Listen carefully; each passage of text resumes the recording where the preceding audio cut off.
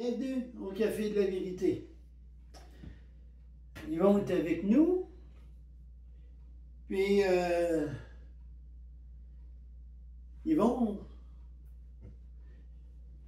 nous répondre à une question. Oui. Hein? Y a-t-il un prix? Oui, très bonne question, hein? Ouais. Mais avant, écoute, tu m'as fait un beau cadeau. Une belle tasse thermos.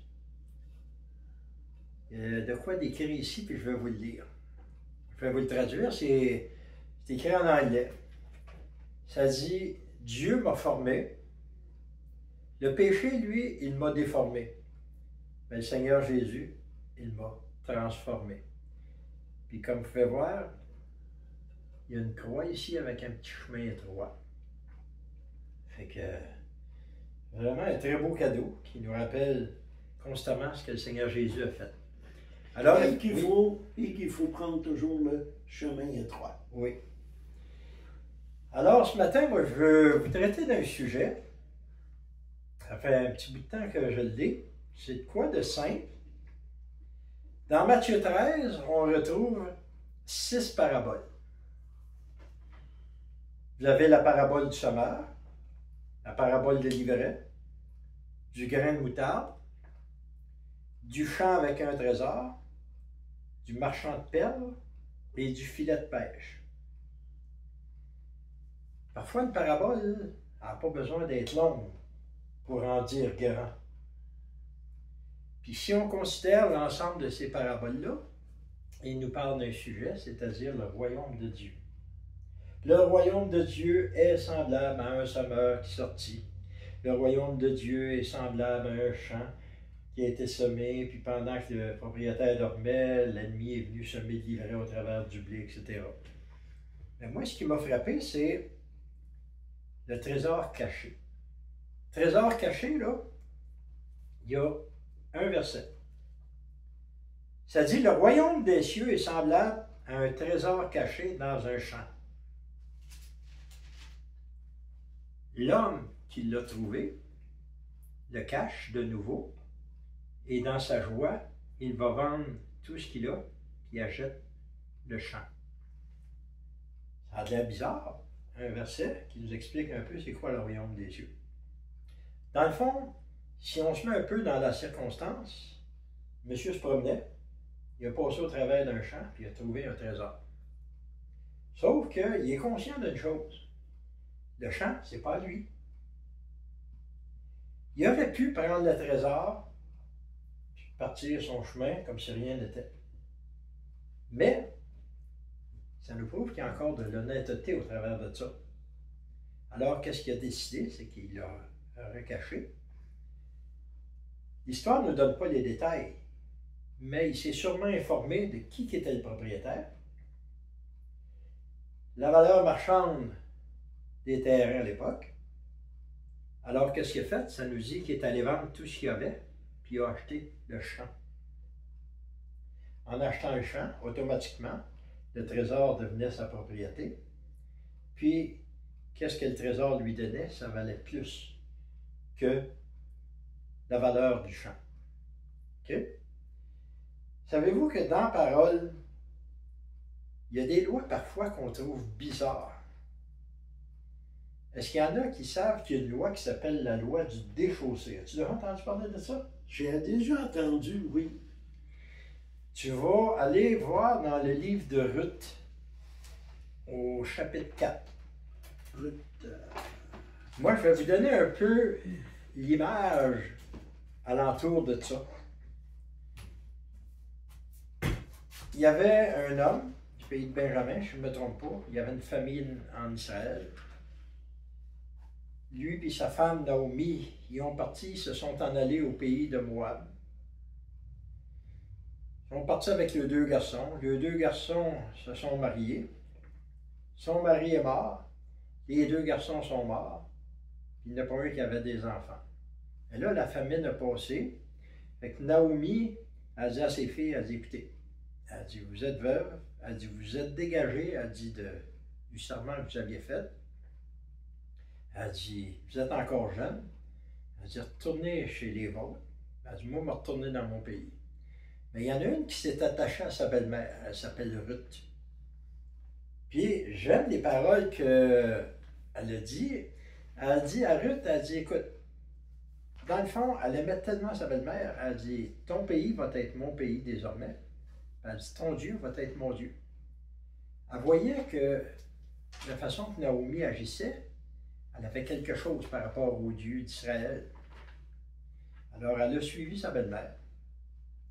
Puis rendu là, ben, ils ont travaillé, puis Ruth était plus jeune, avait plus d'énergie.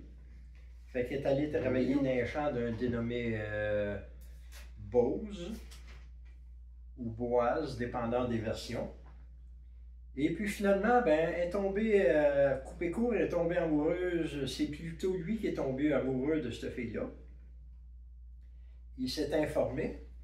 Et puis à un moment donné, ben, il s'est dit, OK, tu m'intéresses. Sauf que il y a des lois à respecter. Tout comme on a vu dans le verset 44, il y avait une loi et une norme à respecter. C'est que le terrain n'appartenait pas au monsieur. Il a fait des pieds et des mains pour acquérir le chapitre 4. Il a fait des pieds et des mains. Et Boaz, lui, il a fait des pieds et des mains aussi parce qu'il savait que tout ce qui appartenait à Élimech, il pouvait l'acheter parce qu'il était un proche parent, mais il y avait quelqu'un qui avait plus de droits que lui. Puis ça, des paroles, ça se respecte. Alors, qu'est-ce qu'il a fait? Le matin, il a réuni, il s'est en allé sur la place publique, puis il a réuni le monde, puis il a fait venir, il dit, toi, tel, il dit, viens ici, j'ai affaire à toi. Bon, il dit, on a un lien de parenté, mais il dit, savais-tu, il dit que Naomi est intervenue. Puis il dit là, il dit, moi, j'aimerais acquérir tout ce qui appartenait à notre parent, Élimech, mais il dit, c'est à toi que revient le droit premier. Fait que l'autre, il dit, c'est vrai. Bon, ben, il dit, je vais réfléchir à ça, oui, je pense qu'on va le prendre. Mais il a dit, écoute, il dit, il y a rien qu'un hic là-dedans, là. Il dit, Élimech n'est plus là, ses deux garçons non plus, mais il dit, Naomi est là. Puis il dit, elle a ramené Ruth, à Brut. Fait qu'il dit, si tu achètes ce qui appartenait à Élimech, il dit, il faut que tu prennes soin de Naomi, mais il dit, il faut que tu t'engages aussi à prendre Ruth, puis à relever le nom de famille du défunt. Ça fait que l'autre, il s'est mis à réfléchir, puis il s'est dit, écoute bien, j'ai assez de ma femme, mes enfants, et il dit, ça serait trop pour moi. Ça fait que, lis-nous les versets 7 et 8. Vous allez voir qu'il y a une loi, c'est spécial, ça s'appelle la loi du déchaussé. Autrefois en Israël, pour valider une affaire quelconque relative à un rachat ou à un échange, où était sa sandale? On ôtait. On ôtait la sandale. Wow! Et on donnait à l'autre. Et cela servait t'es un peu là? Hey, ça va pas bien mon enfant aujourd'hui, là. D'attestation en Israël. Bon. Donc, c'est de là qu'est venu ce qu'on appelle la loi du déchaussé. C'était une loi qui existait en Israël. Il n'y avait pas d'avocat, c'est-à-dire il n'y avait pas de notaire pour écrire ça par notarié. Il y avait des gens qui étaient alentour comme témoins. Alors l'autre, ils ont enlevé sa sandale, il est devenu déchaussé, puis il a donné. C'est comme si c'était une forme de papier. Peut-être que tu te souviens, à un moment donné, j'ai déjà parlé, puis ça, c'est un fait réel. Un de mes anciens patrons, il y avait, je suis content pour lui, il y avait des biens, il y avait même un flanc de montagne, puis une montagne complète qui lui appartenait. Puis il y a une compagnie qui est venue l'approcher à un moment donné pour être intéressée à prendre le flanc de montagne qui lui appartenait. Alors, de fil en aiguille, avec les discussions, ils en sont arrivés à un prix. Puis finalement, ben, ils ont dit, OK, on va aller à Montréal. Quand que le temps est venu, ils ont été à Montréal dans un bureau de notaire. Puis rendu chez le notaire, l'ancien patron, puis le nouvel acquéreur, était un peu comme toi et moi, assis un à côté de l'autre. Et puis, le notaire commence à lire les lois du Québec, patati patata. Puis là, ben, il dit, moi, il dit, j'ai un montant, il dit ici, j'ai préparé, il dit, j'ai devant moi le chèque visé. Mais il dit, j'ai besoin d'une chose. Ah oui, on dit, c'est quoi tu as besoin? Et il dit, moi, j'ai besoin, il dit, de l'entente. Et il dit, au sujet de la transaction. Les deux hommes se sont regardés de même, puis ils ont fait ça de même. Une poignée de main. Le notaire les regarde et il dit, bon, c'est bien beau, il dit les choses, mais il dit, moi, j'aimerais bien voir, il dit, votre entente. Mais ils ont dit, regardez. Ils ont dit, Hey, tu la vois. Le notaire, écoutez, c'est la première fois qu'il voyait ça. Il lui a posé une question. Il dit, vous me niaisez, là. Non, non, c'est vraiment vrai. Il avait conclu une entente à partir d'une poignée de main. Mais le notaire était sceptique, alors il dit, je ne vous dévoile pas, il dit le montant. Il lui a donné chacun un petit bout de papier avec un crayon. Et il dit, moi je suis en face de vous autres, puis je ne veux pas que l'autre regarde de même, là. Et il dit, prenez votre bout de papier, puis il dit, vous allez me marquer le montant de l'entente. Moi je vais avoir une certitude. Les deux ont marqué un montant, ils ont donné le papier. C'était une transaction qui était dans les 7 chiffres. C'est quand même un bon montant. Les deux avaient marqué le même montant. Le notaire est resté surpris, il dit, c'est la première fois que je vois ça. Puis il dit, le montant correspond vraiment à ça. Tout ça pour vous dire qu'ils ont un prix à payer à quelque part. Puis, qu'est-ce qu'ils ont dit? Ils ont dit une chose au notaire. Ils ont dit au notaire, ils ont dit, nous autres, on vient d'une génération où ce que la parole, c'est quelque chose de grande valeur. Moi, je vous ai lu un verset. Ce livre-là en contient des centaines et des milliers de versets. Ça, c'est la parole de Dieu. Dieu n'a jamais changé sa parole. Dieu a toujours respecté sa parole. D'ailleurs, je crois que c'est notre Seigneur Jésus qui a dit à un moment donné, il dit, le ciel et la terre passeront, mais il dit, ma parole ne passera point sans que tout ce qui a été écrit arrive. Alors, ceux qui doutent de la parole de Dieu, cette parole, elle est vraie, elle est véridique, et c'est de cette parole-là qu'on vous partage. Moi, je vais aller vous lire un passage, parce qu'on parle du prix, puis je vais t'envoyer dans un passage que tu aimes bien, Romains 6, 23. OK. Mais moi, entre-temps, je veux vous emmener dans un passage, c'est le prophète Ésaïe. Le prophète Ésaïe nous dit une chose, on parle de prix. Est-ce qu'il y a un prix? Vous savez, les gens aujourd'hui, malheureusement, on connaît bien des places où, bon, si tu veux faire partie de notre groupe, de notre réunion, de notre assemblée, on te demande de faire ci, on te demande de faire ça. Il y a juste que des obligations.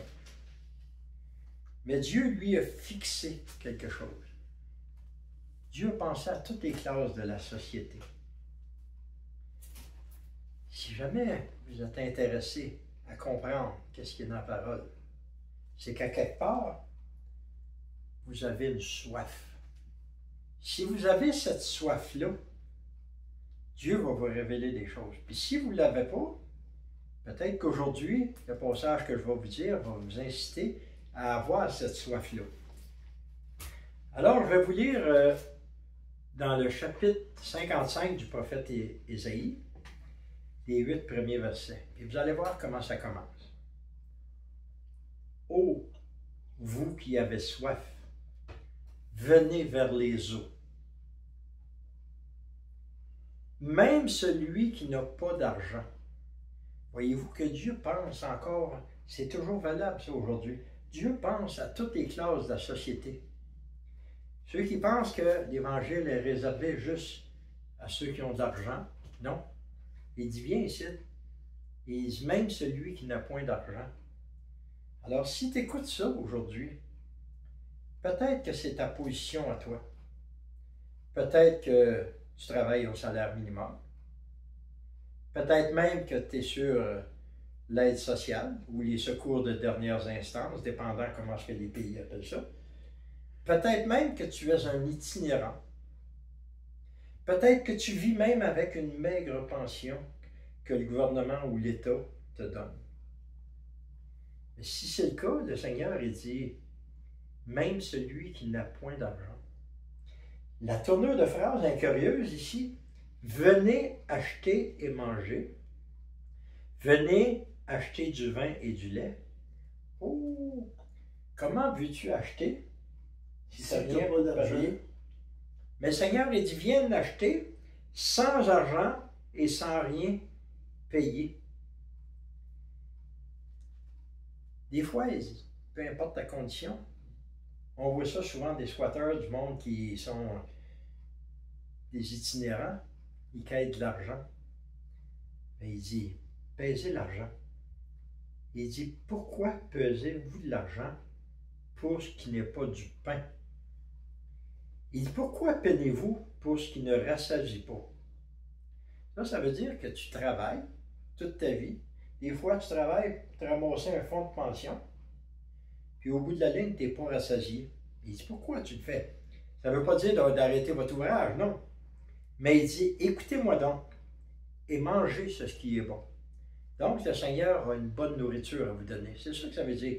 Écoutez Dieu, puis le Seigneur a une bonne nourriture, puis cette bonne nourriture-là, c'est la parole. Et il dit, et vous vous délecterez de mes succulents. Tendez l'oreille et venez à moi. Tendre l'oreille, ça veut dire que, tout comme mon frère Alain, tout comme moi, tout comme plusieurs autres qui vous prêchent l'Évangile tel qu'elle est, écoutez, tendez l'oreille, écoutez. Puis venez à qui? On vous invite à aller, non pas à une religion, non pas à nous autres ou quoi que ce soit, c'est aller à l'Éternel. C'est pour ça qu'il dit, venez à moi. Il dit, écoutez, et votre âme vivra. Je conclurai avec vous une alliance éternelle. Oh, tu n'as pas d'argent, tu es pauvre, mais le Seigneur te dit... Il est prêt à faire un contrat avec toi. Oui. Hein? Comme on a parlé au début, un contrat. Oui. Il dit, je vais en conclure une alliance avec toi. Il dit, c'est laquelle? Celle de la bienveillance fidèle envers David. Voici, je t'ai établi comme témoin des peuples. Quand il parle de la bienveillance envers David, de qui faisait-il allusion? Faisait l'illusion de Jésus. Jésus-Christ, effectivement. Qui nous vient de la lignée de David. En plein ça. Puis il dit, je t'ai établi comme témoin des peuples, comme conducteur, commandant des peuples. Voici, tu appelleras une nation que tu ne connaissais pas, une nation qui ne connaît pas, accourra vers toi. Le Seigneur, ici à Ésaïe, c'est prophétique. Parce que Jésus, on voit ça dans l'évangile de Jean, il est venu chez les siens d'Israël, puis ils ne l'ont pas reconnu. Mais la parole nous est parvenue par rapport aux apôtres. Donc, c'est la nation qu'Israël ne connaissait pas à l'époque. Elle s'est convertie au Seigneur Jésus. Et pourquoi? À cause de l'Éternel, ton Dieu, du Saint d'Israël, qui te donne ta splendeur. Puis là, il dit une chose ici. Cherchez l'Éternel pendant qu'il se trouve, invoquez-le pendant qu'il est prêt. Souvent, notre frère Alain, dans ses messages, il nous parle que plus qu'on avance dans l'échelle du temps, plus que ça devient difficile de croire à ça. Mais le Seigneur vous dit, aujourd'hui, il est encore là. Cherchez-le pendant qu'il est temps. Pendant qu'il se trouve encore. Puis il dit, invoquez-le. Invoquer, ça veut dire faire appel. Allez-le, appelez. Oui. J'achève, il me reste 2 versets. Il dit que le méchant abandonne sa voie et l'homme de rien ses pensées. Le méchant, on était de même avant. Le Seigneur nous a montré, à un moment donné, dans une période de notre vie qu'il fallait abandonner notre méchanceté. L'homme de rien, c'est penser. C'est-à-dire que on se fait des pensées. Des fois, on se dit, ah, dans un avenir, moi, j'aimerais ça, j'aimerais ça, ça. Non, abandonne-les tes pensées. Tourne-toi vers moi. Parce qu'il dit qu'il retourne à l'Éternel, qui aura compassion de lui. Oh, à notre Dieu qui pardonne abondamment. Voyez-vous que Dieu devient un Dieu personnel. À notre Dieu. C'est un Dieu qui est personnel. Et pourquoi qu'on vous dit ça? C'est pas nos pensées. Ce qui est écrit là-dedans, c'est la pensée de l'Éternel. Parce qu'il dit, car mes pensées ne sont pas vos pensées, et vos voix ne sont pas mes voix. Oracle de l'Éternel, ou c'est mieux, parole de l'Éternel. Alors, voyez-vous, le Seigneur, là, a fixé un prix. C'est le même prix, dans le fond, pour tout le monde. T'en as pas d'argent? Je comprends ça. Viens à moi. Y a-t-il un prix? La question se trouve dans la parole, oui. Mais il a été payé. Dans Romains. Romains 3, c'est là qu'on va voir. 23. Oui, c'est là qu'on va voir le prix. On va y aller tranquillement. Dans Romains 6, 23, ça dit le salaire du péché. Oups, un instant. Ça veut dire que on était des pécheurs avant. Exact. On méritait un salaire. Oui. Tout comme vous. Si vous n'avez pas regardé à Christ, vous étiez pécheur. Vous l'êtes probablement encore aujourd'hui. Puis le prix de ça, c'est quoi? C'est le salaire du péché, c'est la mort. OK, maintenant on se rapproche du prix. On parle d'une mort spirituelle. Oui. Pas de notre corps, là. Non. C'est une mort spirituelle. Mais, oh, le petit mais, un petit mot qui est très important. Mais le don gratuit. Oh! Voyez-vous, là, on tombe sur le prix. Le prix fixé par Dieu, qu'on a vu dans Ésaïe 55, il n'a pas changé. Venez, vous qui n'avez pas d'argent.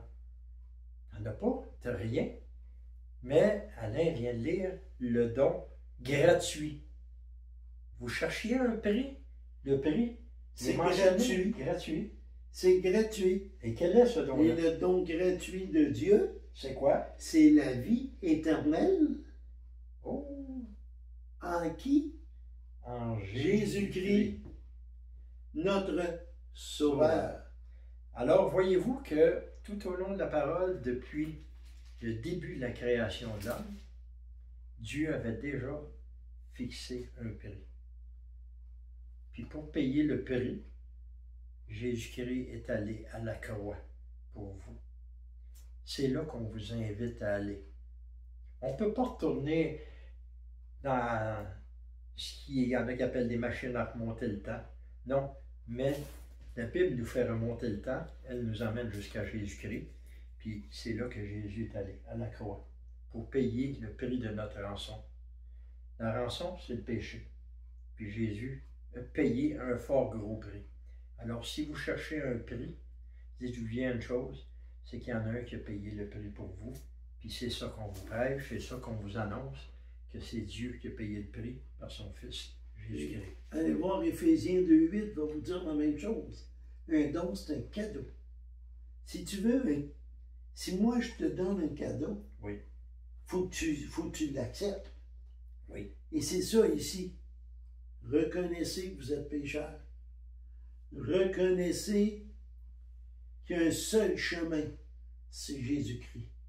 Faites une prière, demandez, Père, je reconnais que je suis pécheur, mais je reconnais que ton amour était tellement grand que tu as envoyé Jésus mourir à la croix. Parce que moi, je suis pécheur. Et que tu voulais me pardonner. Et merci pour la vie éternelle. Envoie ton Esprit Saint en moi pour me guider dans la parole et que je puisse maintenant marcher avec toi. Délaisser mon ancienne vie et marcher avec toi. Alors là-dessus, on vous laisse là-dessus. On vous souhaite une bonne réflexion. Puis dites-vous bien une chose, c'est que quand il parle du prix, que lui, il est l'Éternel, c'est-à-dire qu'il a toujours existé, le Seigneur Jésus, il dit, je vais aller vous préparer une place. Et cette place-là est dans une merveilleuse cité qui qui s'appelle la Jérusalem céleste. Alors, si vous voulez avoir accès à cette Jérusalem céleste-là, il y a juste un chemin. et il y a juste un prix, c'est celui. C'est celui que Jésus a payé. Alors là-dessus, Partagez, mettez des pouces en l'air, mais partagez. On fait tout ça pour que les gens viennent au Seigneur. Alors, merci beaucoup. que Dieu vous bénisse. Que Dieu vous bénisse.